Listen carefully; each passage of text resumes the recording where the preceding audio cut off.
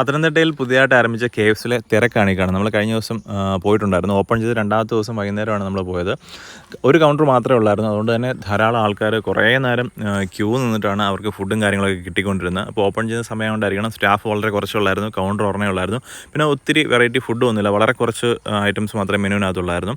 അതുതന്നെ 1-2 burger items ഉണ്ട്, പിന്നെ ബാക്കി ബ്രോസ്റ്റഡ് ഐറ്റംസ് ആണ്. നമ്മൾ ബർഗർ ഓർഡർ ചെയ്തില്ല, കാരണം ബർഗറൊക്കെ നേരത്തെ കൂട്ടുകാർക്ക് തലേദിവസം പോയി കഴിച്ചിട്ട് തണുത്താണ്, ക്വാളിറ്റി ഇല്ലെന്ന് പറഞ്ഞിട്ടുണ്ടായിരുന്നു. അപ്പോൾ അതുകൊണ്ട് നമ്മൾ ബ്രോസ്റ്റഡ് ഐറ്റംസ് ഓർഡർ ചെയ്തു. അത് വലിയ താമസമില്ല. അത് ബ്രോസ്റ്റഡിൻ്റെ കൂടെ തന്നെ ഒരു മീൽ ബോക്സ് ഓർഡർ ചെയ്തിട്ടുണ്ട്. മീൽ ബോക്സിനകത്ത് ചിക്കനൊക്കെ വളരെ തണുത്തായിരുന്നു, വലിയ ടേസ്റ്റ് ഒന്നും ഇല്ലായിരുന്നു. പിന്നെ വേറെ ഒരു 4 പീസ് ഓർഡർ ചെയ്തിട്ടുണ്ട്, അത് കുഴപ്പമില്ലായിരുന്നു.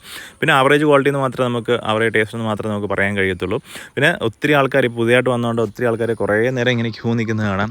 അതുപോലെ തന്നെ പാർക്കിങ്ങും വലുതായിട്ടുള്ള റോഡ് സൈഡിലപ്പം ഒക്കെ കൊണ്ടിട്ടാണ് ആൾക്കാർ വന്നിരുന്നത്.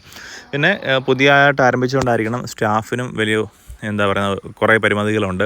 പിന്നെ മെനു ആയാലും കുറച്ച് ഐറ്റംസ് മാത്രമേ ഉള്ളൂ. അപ്പോൾ കൂടുതൽ ഇനി മുമ്പോട്ട് പോകുമ്പോൾ നല്ല നല്ല വെറൈറ്റി സംഭവങ്ങൾ ഉൾപ്പെടുത്തുമെന്ന് പ്രതീക്ഷിക്കാം. പിന്നെ കുറേ സ്റ്റാഫിൻ്റെ പെരുമാറ്റത്തെ പറ്റി കുറേ നെഗറ്റീവ് കമൻറ്റ്സ് ഇപ്പോൾ ഫേസ്ബുക്കിൽ കണ്ടായിരുന്നു. അപ്പോൾ അതെല്ലാം മാറ്റി മുമ്പോട്ട് പോകുമ്പോൾ നമുക്ക് നല്ലൊരു എക്സ്പീരിയൻസ് ഇനി ഇവിടുന്ന് കിട്ടുമെന്ന് നമുക്ക് പ്രതീക്ഷിക്കാം.